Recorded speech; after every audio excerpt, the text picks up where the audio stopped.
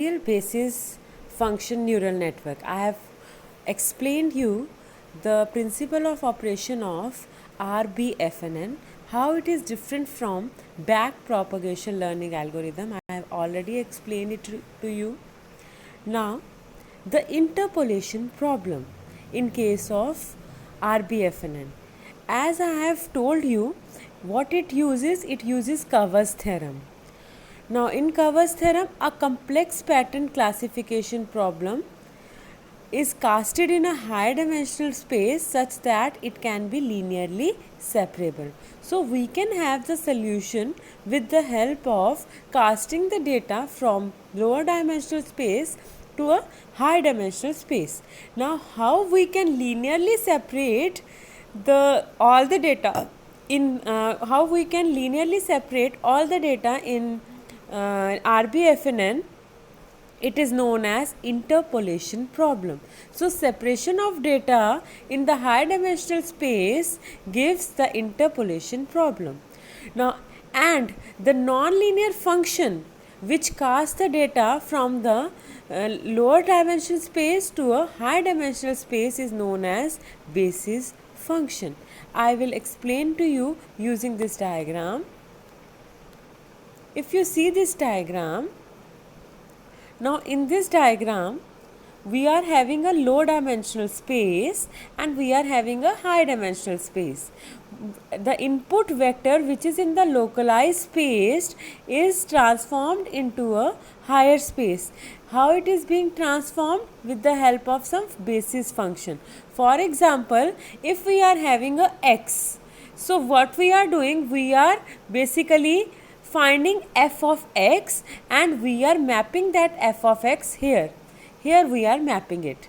Now, finding out this f of x to map our input, it is basically known as non-linear transformation. That is basically the basis function.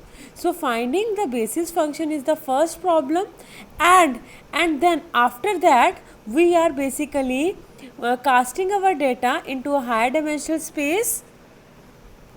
After casting the data into a high dimensional space,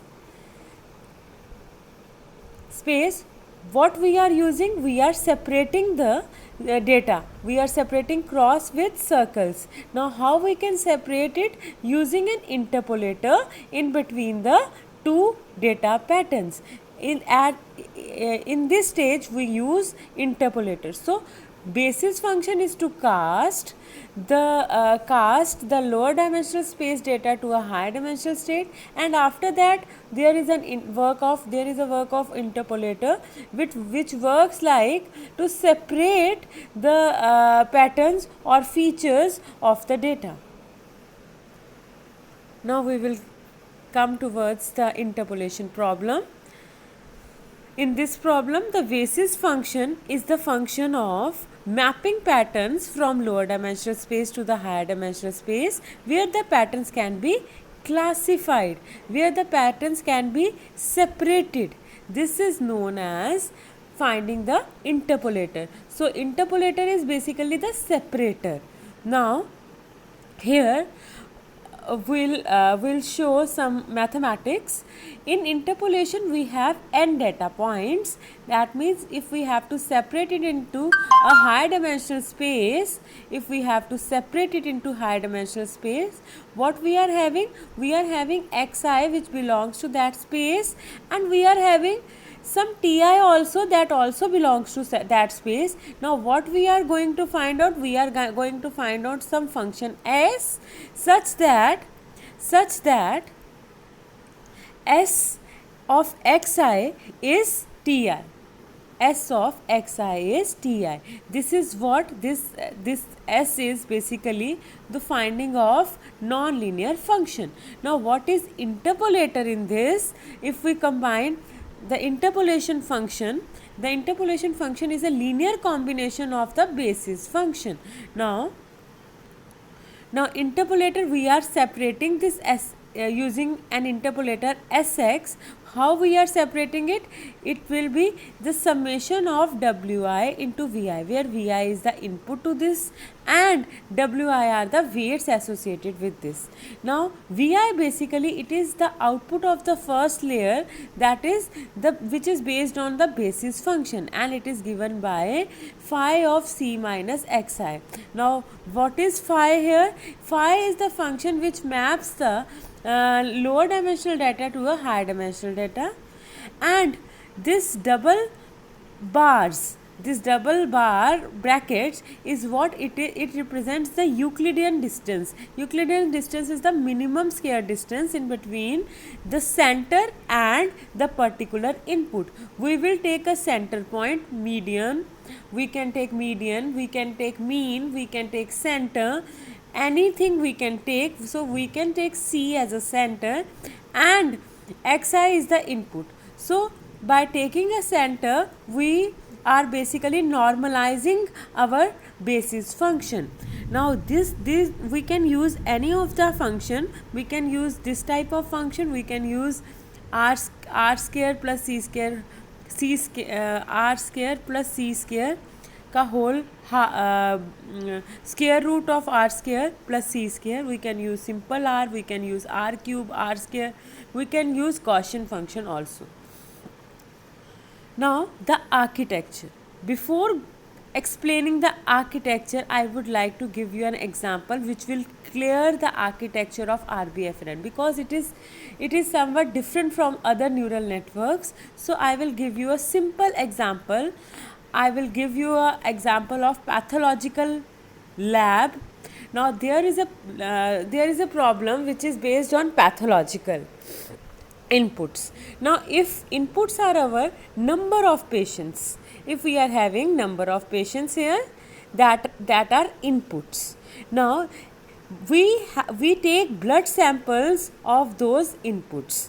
After taking the blood samples, the blood samples are dropped on the slides. This is basically a lower dimensional space. So the input is the blood samples which are dropped on the slides.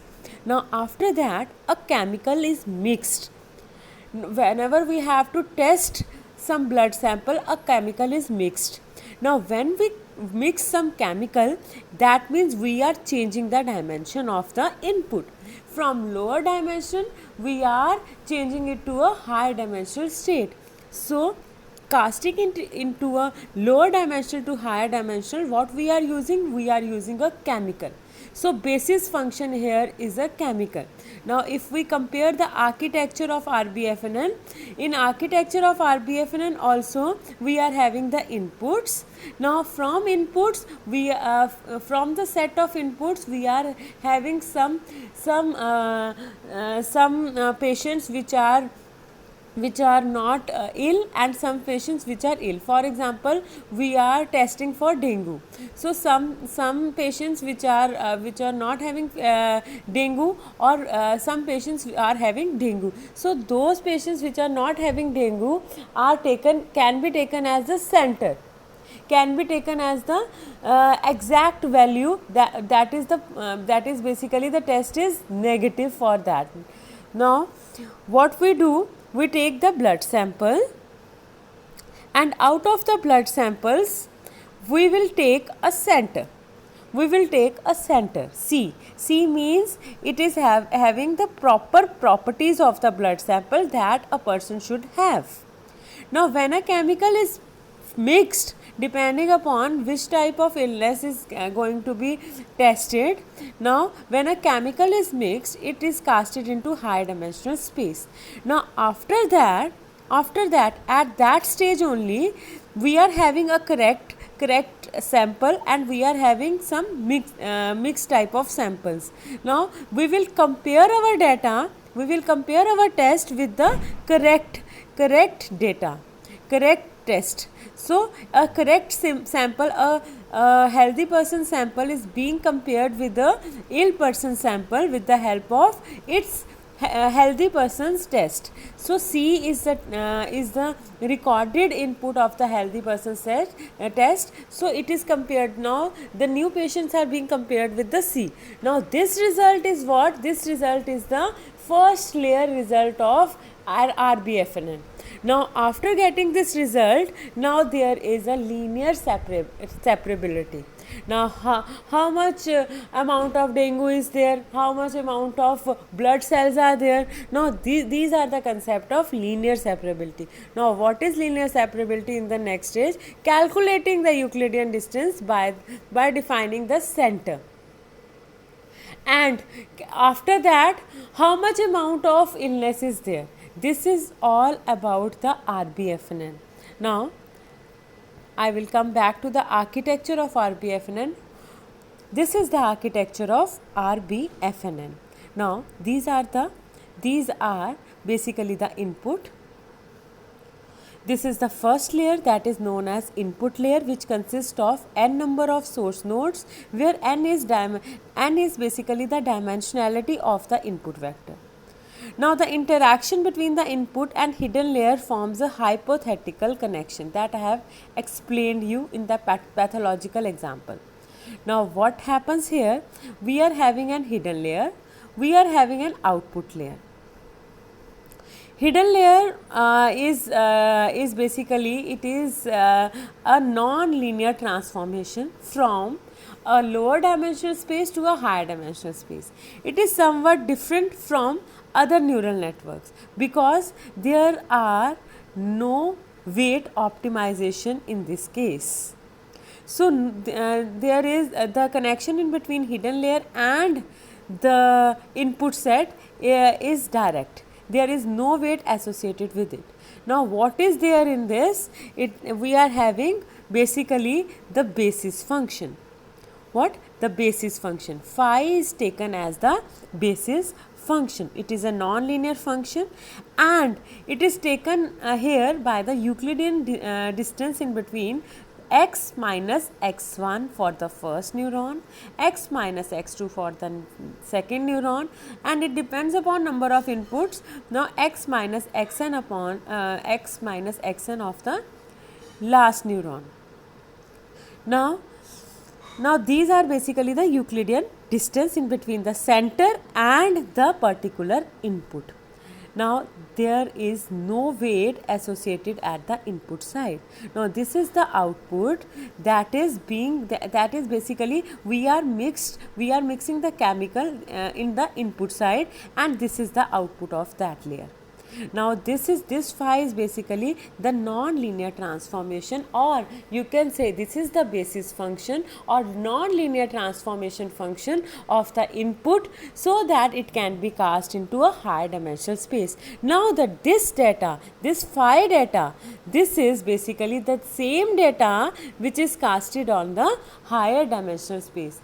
The same set of players, but now they are not playing in a small playground, they are playing in a large stadium having their own specific areas. Now these are the set of areas, specific areas being given to each and every input. Now this is the work of hidden layer. It is explained in this. This is the function, that is the basis function on which it depends. Now what happens next? Last layer is the output layer. Now in the output layer what happens? In the output layer it is just like a it works like a supervised neural network. What happens here? Each and every neuron is associated with the weight W1, W2, Wn, that's it. Now depending upon the number of inputs here, this is the hidden layer which gives us the input for the output layer. Now what happens here? Here there is a summation of all the weighted inputs. Inputs are the basis function and weights are W. So we are having the weighted inputs as the output of the RBFNN. After getting the output, it works like a supervised network, neural network. what happens there? There is a weight optimization only for which layer? Only for the output layer. There is no weight optimization for the hidden layer or the input layer. Weight optimization is just for this. Now this weight optimization can be of the form of delta learning or any kind of supervised learning. So error can be found with the mean square error or squared error or Euclidean distance error. So any type of error can be found with this. So weight is being updated, and after checking the least difference in between the target output and the actual output, we can stop our iterations. So iterations are basically for the updation of W vector. Basis function remains the same, they are the fixed. Once we have done with the basis function, they are fixed. After that, the iteration would take place only for this area.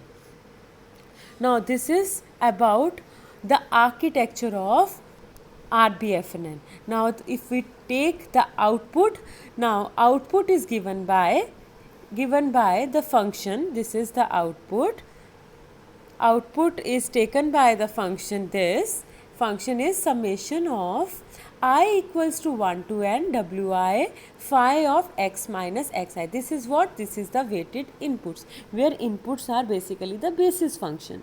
Now to reduce the computations, the number of hidden neurons can be reduced to Q basis. This is known as Q basis RBFNN. If in the exam it comes Q basis RBFNN, don't worry, we have to write the same, but instead of n number of hidden neurons, we have to use lesser number of neurons, and it is lessened by Q, capital Q. So summation I equals to 1 to capital Q, rest all the formula is same. Now if we talk about the training algorithm, now I have explained all the concepts of training in the architecture itself. Now if we see the training algorithm of RBFNN, let us start with the first step of RBFNN. What happens here? Fix the centers. Fix the centers. Now it means if we fix the centers, that means if we relate it with the pathological lab problem, what we are doing, we are basically taking the sample of a healthy person. So we are fixing the center. So after that, what happens? Initialize the weights to a small random variable. Now which weights it is representing? It is representing only the output layer weights. Now stopping criteria is fixed. Now how to which minimum value the iteration would be stopped? It is fixed first, and after that we will give the input signal, and it will evaluate all the radial basis function at the hidden unit, and after that the output will be evaluated at the output layer using the weighted input function. And after that, what happens?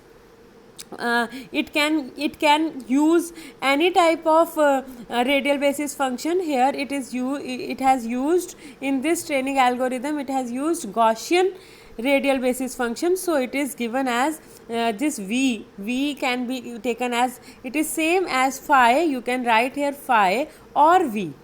Now it is e raised to power x minus x I whole square divided by sigma square. It is just like if we are using RBFNN.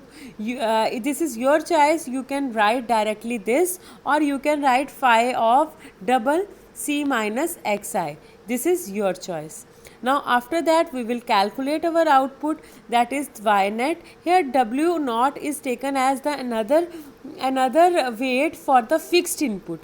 So you can take it, or this is your choice, you can also remove it.